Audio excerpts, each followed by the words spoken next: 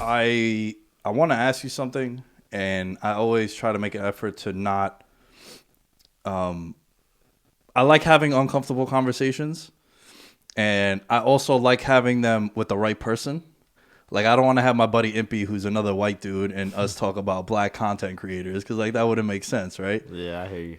What is some pressures? What are some things that you have to deal with as a African American in content creating? And the reason why I ask that is because I've heard stories about that. I've heard stories about their voices not being heard. I've also had a friend of mine, Golden, who was on the podcast a couple of, it's been months now, Jesus. Yeah. But she's a African American chick who's in MMA covering the PFL. She's like, dude, first of all, every event I go to, they think I'm like dating one of the fighters. Like a black fighter comes out and they're like, oh, is that your boyfriend? Is that why you're in the front seat? She's like, nah, bitch, I'm credentialed. Like, fuck Yeah. out of here. I'm working. Yeah. You know what I mean? So it's eye-opening when I hear these conversations. For me, I'm not going to say that I experience what you experience or might experience or what she does. Yeah. But also, I get looked at different because I'm not credentialed, right? Like, I dropped out of college, didn't do journalism, broadcasting, none of that stuff. At first, I thought it was going to be something that was going to hurt me. But now I wear it like a badge of honor because there's nothing that those things could have taught me. Like, everything that I've learned, bro, has been on YouTube. YouTube University. I got a master's degree there. You know what I'm saying? Like, I really think if you don't know how to do something, it's because you're being lazy, no matter what it is, especially nowadays. Right, yeah. You know, I'll never forget, man. I was in a sociology class, and the orientation, the professor has on his desk, he has yellow pages, a calculator, those old school, like, Apple computers. He got mad shit, like a ruler and all that. He goes, this is what I grew up with. You guys see this? We're like, yeah. And then he's like, this is what y'all got. And he pulled up an iPhone. He's like, you have all of this in your phone. So going back to why I even asked this question, I want to hear your experiences in that field. Am I wrong? Maybe you don't. And that's a great question. You know, it's an amazing question, and I feel like it's preparation. Next Friday, I'm actually going to be speaking on the Syracuse Sport and Business Conference on diversity and racial justice. You know, so it's Let's go. That's popping, man. Congrats. Yeah. Thank you, man. So it's good that you really highlighted that question. I feel there's a lot of importance of being a black creative in this space, mainly because I feel like our ethnic group is probably one of the ethnic groups that don't have an opportunity to have access to information and exposure to that information. And, you know, for those reasons, we have lower literacy rates, inefficient or insufficient opportunities, and all these other things with health and stuff like that. So I feel like for me, being able to create content, my first goal is to educate, because I feel like education is a pathway to freedom in any way, shape, or form. So the more that we continue to educate our people, the easier it is for them to kind of understand why we are in these positions. You know, a lot of people are watching, you know, podcasts and media in general. And I feel like for creatives that are minorities, it's very important that we continue to educate through our you know, our platforms. You know, a lot of challenges that you have, I'll be honest with you, is, you know, our own kind not supporting, you know, not standing behind us. You know, that's something that I kind of experience. You know what I mean? You talk about working in collaborative situations with black creatives, and, you know, they're not really honoring your work, you know, or not honoring your creativity. You know what I mean? And I feel like that comes from a generational thing of, you know, self-hate, jealousy, deceitfulness, and all these other things. I was going to mention jealousy and envy because I feel as if that's something where now are you being specific to maybe friends? Not really. Or you're talking about other influencers and people that you want to collab with? Yeah, I think I'm just kind of talking about, you know, just black creatives in general.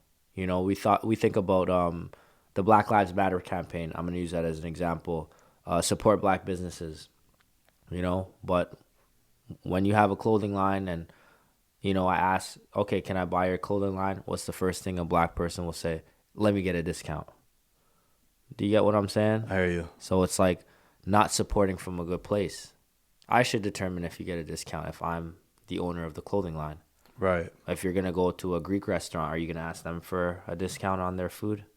Probably not. Exactly. Yeah. You know, it's But it like happens organically. you get what I'm saying. You know, it's funny. I went to Kiki on the River in Miami, Mm. and we went for a bachelor party. First time we went, and there was a big Greek flag outside of there, and all my boys were like, "Yo!" Like as if I owned it. I was like, "Listen, Yeah. if I owned that place, it'd be a lot better." Yeah. But we went over there, and I asked our waiter. I was like, "Hey, man, what's with the Greek flag? Like, what's up?" He's like, "Oh, the guy that has this is Greek." I was like, "Oh, is he here?" You know, just to introduce myself or whatever. Yeah. He's like, "Nah, he's not here, but one of the bartenders is Greek." So I went up to the bartender. I started speaking to him in Greek. I speak Yeah. it fluently, read it, write it, the whole nine. That's amazing. And then he's like, "Yo, Greek dude in Miami, this is pretty cool. What are you here for?" Yada yada, just having a normal conversation. And then he's like, "What are you drinking?" I was like, "Oh, I'm having a tequila on the rocks because I was feeling myself that day." Mm-hmm. And he's like, "Nah, buddy, this is on me, man." And then we kind of took a shot too. Nice. But like, I didn't go there to get something Exactly. for free. I Exactly. kind of just was like, I think that's just your intentions are pure, and that's why that the you get universe. rewarded for that, man. Exactly. When your intentions are pure. Exactly, and I feel like we got to start normalizing like black excellence, black accountability. So holding, if I'm a black creative and you're a black creative, let's just say, I'm gonna support your podcast because that's what I have to do as a black creative. I'm gonna collaborate with you because that's what we have to do to change the narrative. We have to support each other from a good place because that's what we have to do. We have to be leaders within our field and educate the black community. That's what we have to do.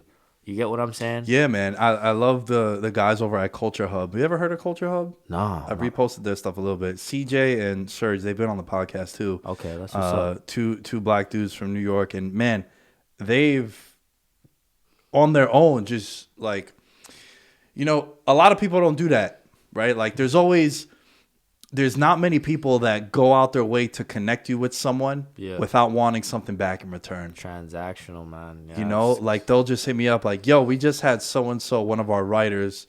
They're like a big blog, but they allow the creator, like if you're a writer, a journalist, videographer, whatever you are, you could create your own thing, and you have a database that, you know, they have hundreds of thousands of users, and they've been around for a little bit."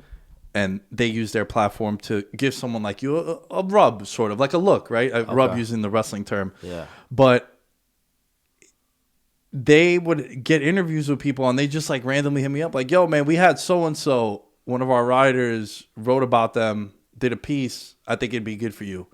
It's just like, man, I tell them all the time. I'm like, "Yo, people don't do that." Yeah, bro. Where does that come from, you think? And you know, like I said, for me, I use my like how I grew up. You know, I grew up with you know, my family were really, you know, they came to the country with nothing. We lived behind the poverty line, so it was like we really didn't have nothing, but we had love. You know, and I feel like when you don't have anything, all you have left is to be a good person.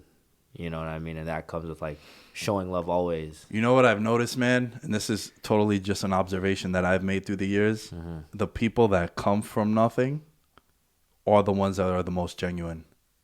Yeah. And I've heard but I've experienced things that like when your family's successful and you've been handed stuff down, it's a completely different animal.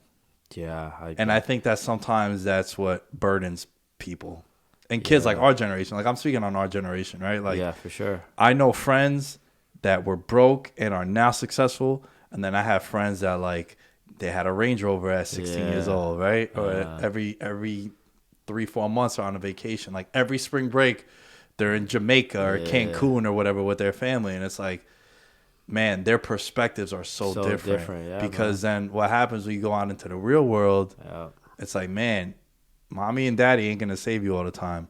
My college roommate, Muhammad, born and raised in the Bronx, black kid also. My other roommate, Jeff, from Haiti, black kid also from Long Island. Man, if I didn't live with them for a year, bro, I don't know if I'd be this aware of things. Yeah. And Mo told me something that has always stuck with me. He's like, yo, you got to live your life or get to a point where, like, God forbid something happens to your parents or whatever that source of income and comfort is.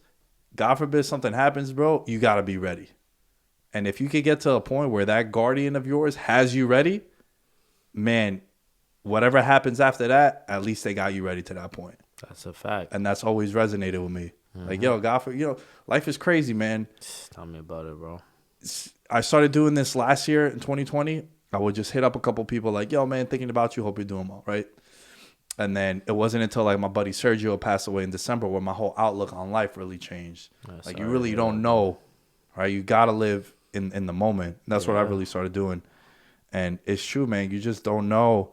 And you have to be prepared for worst case scenario sometimes. Yeah. And, I think with, where we're at, the current climate of the world now, man, it's like, the people I thought were like invincible, when you grow up and there's like superheroes, you're like, yo, this guy can never like Kobe, like I thought he would never die, like like Nipsey Hussle, like that was like one of the reasons why like I really wanted to attack like life, like, yo, okay, I come from nothing. That doesn't mean I can't be a Grammy nominated or a self-proclaimed like legend in journalistic principles or something like that. So like for those two people to really be taken away from that, our world kind of just goes to show that like, yo, man, it can happen to anybody, you know what I mean? And you got to understand that where we are now is it's what we say predetermined. We were this was written. Yeah, like this conversation we're having was written. You know what I'm saying? We're supposed to be here. And I understand that, like, you got to trust where you are in life is. This is where you are for a reason, and never ever like question that. Like, I used to see myself in rooms with millionaires and corporate meetings and doing this stuff with Syracuse Business School. Like 2 years ago, I would say like, how am I here? Like, how am I in this room? Like those were that's the first thing I used to say. But now it's like, this is where I belong. You know what I mean? I've served the world for Pay your dues, bro. Like, you get what I'm saying? Yeah, absolutely. So it's like, you belong here. You're gonna, God willing, this is gonna be like a leading podcast show in the Northeast one day. Bro, that's what that's what you deserve. Yeah. You invested 10 years of, like, you get what I'm saying? Yeah, of course. You got to. People don't pay dues, man. Yeah, so I really understood, like, yo, you got to understand with the universe and with life, man. Like, you're here for a reason, and you got to always stay blessed. I'm not saying be a crazy religious person, but, like, just make sure spiritually you're in tune with the world. You know what I mean? Yeah.